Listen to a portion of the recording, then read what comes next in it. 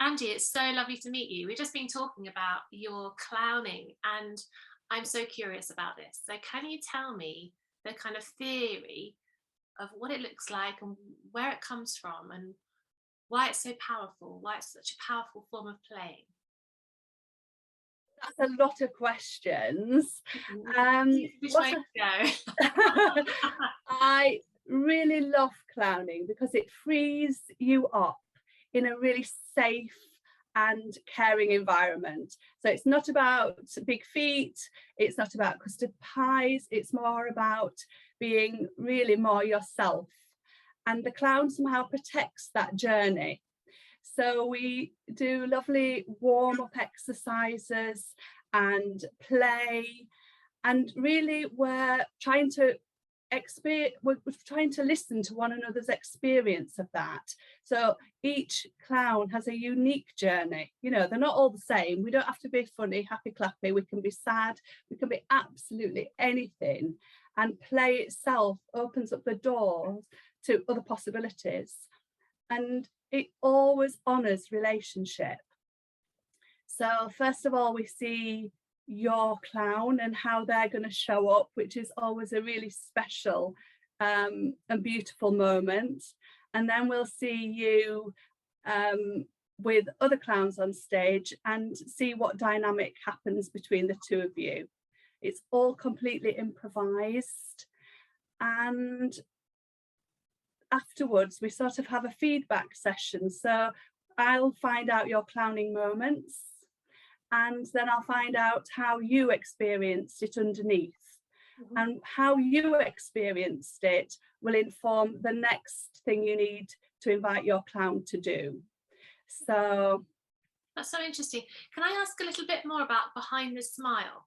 So, you're saying that you can be a sad clown as well, or do you have to have a fixed facial expression while you're clowning about, or are you saying it's completely free and, you know, not like the stereotype of clown? Because I was scared of clowns when I was growing up. I found that the the change of face or something um, really kind of scary. So tell me what's different, and yeah, tell me about this smile thing behind the smile.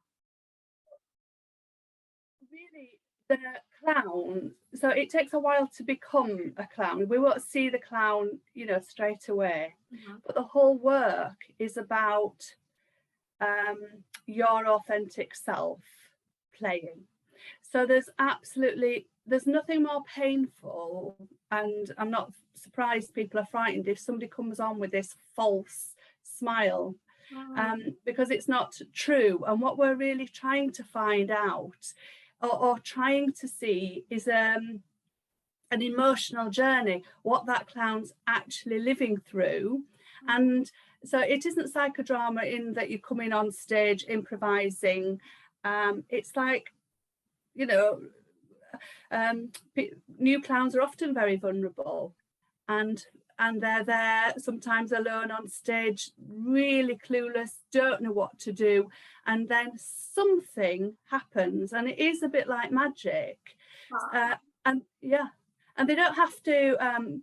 So we're not interested in great ideas. We don't want anything polished. We just want them to be there. And honestly, just to see a clown stood there in their chosen random clothes, just looking out at us, is just beautiful. And they can be very still. But what we're trying to experience is this innerness of that person, and how it's just flowers. And they can come in terrified, they can come in angry. It really doesn't matter, because as they're looking at their audience, which is very important, and feeling what they're feeling, we are seeing their clown emerge.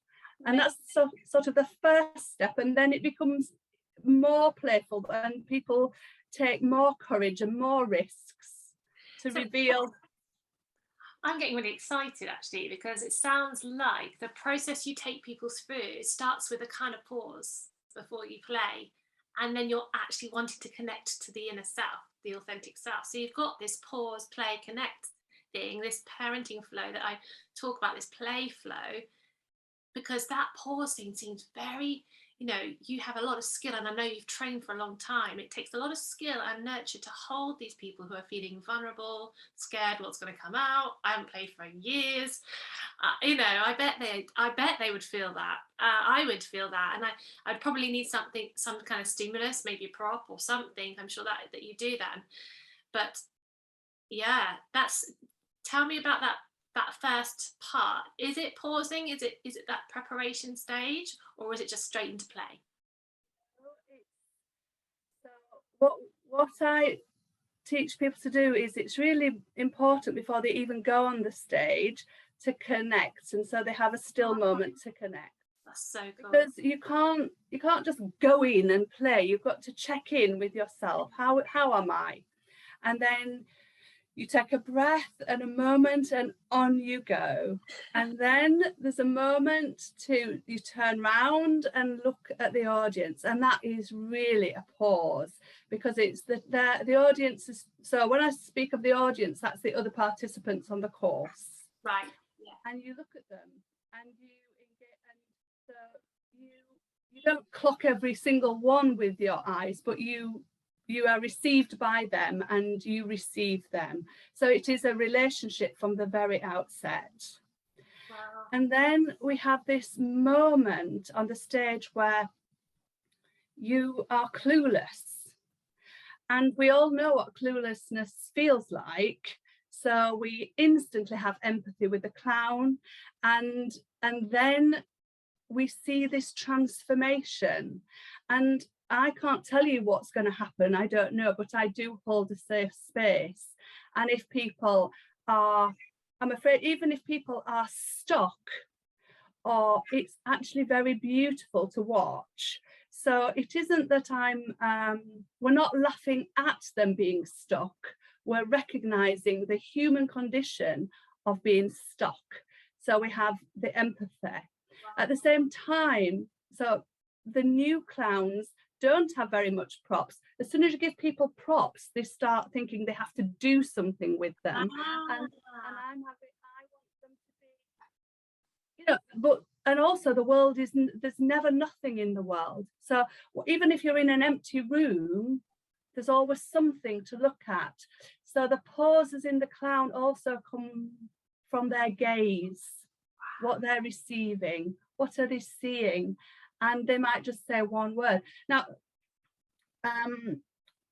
so this is the beginning, if you like. This is the beginning of the clown steps. But what's precious to me is, even when you're a fully fledged clown, if you don't have those pauses, if you don't look up to your audience and see if it's being received, then you're not at all, you're not a clown, really, in my eyes. That is very similar to attunement as well, isn't it? Because you're pausing to connect with your audience. And as parents, I'm always saying we need to pause. What's going on inside of me? What's going on inside of my child? And then the play can come and the connection can come. I love that. So swapping audience for child, and we've got this lovely flow going on. It's like giving parents permission to be clowns. And you said that really helped you when you were bringing up your 3 adopted children. What was the shift there? Like, how powerful was it for you once you started to learn this clowning way? Surprises. It's the being in the moment. So when you're, children are quite unpredictable sometimes. It stopped me judging. That's the profound. Oh, that's profound. I stopped. So all the rules that I carry, like, oh, the children should be this, and the children, and they should play this, and they should do that. And all of a sudden, this box of play tools became available to me, where there was no more shoulds or no more judgments. Yes. Oh, that makes me so happy to hear that. That's what I took home. That's amazing. And there were all these possibilities, and the world was much bigger and more interesting than these confined boxes that says motherhood should look like this and children should do this. So you found the authentic self, you found you were empowered as a parent to be you, not this type of parenting, that type of parenting. You found your inner parent and your way of playing and connecting to your children, person to person in the present moment. I mean, what else do you need? What else do you want? Like a child, that's what every child needs, isn't it? And I became more childlike. So I don't hold my adult sort of, I admitted that I'm vulnerable, I don't know, I'm learning, I'm all these things that this person is too. And I think also the eyes of a clown really connect to, so you can no longer look at things as serving a purpose. You look at the beauty in them. So I started to see my children with new eyes. Look at them, look what they're doing. And they became my marvels instead of my problem. Yeah. Amazing. And we can't underestimate how hard work it is. It's so many extra layers that you're dealing with as an adoptive parent. And it's amazing to think of the journey that you've been on, taking 2, 4 and 6 year olds, and they're now 20s and 22s and things, and you survived. And it sounds like clowning was a really wonderful part of your journey and their journey. So what a moving story. I really appreciate your time, and I've learned so much just from this short conversation, and it's making me really curious as to what it would be like to experience one of your workshops and to go a bit deeper with you, because I think you've got such a gift, and I really hope that you can take it further and take it into more communities and corporations and schools and children's services more, and all these things. So thank you so much for sharing that. That was amazing. Is there anything I just want to say one more thing, which is I try not to cry, but my children are actually they utterly transformed me. So I mean, without having adopted them, I wouldn't be the person I am today. They totally changed every cell in my body, and I'm just so grateful to them. I'm so grateful to them now, with fresh eyes to actually see them. Yeah. Thank you, Debbie. I wasn't expecting all of this, I can tell you. What a beautiful resonance. I really resonate with a lot of what you're saying. What a beautiful journey, and 100%. Our kids just are part of our transformation, 100%, and we wouldn't be who we are without them. And that also goes with professionals who maybe don't have children, but the children they work with will still have a profound effect on the way they practice, the way they are, who they are as people. We're all built for connection, aren't we? We're all built for community, and it's beautiful when we can make those deep bonds with the people around us. So yeah, here's to play. More play. Thank you so much for sharing. It's been a privilege. Thank you, Debbie.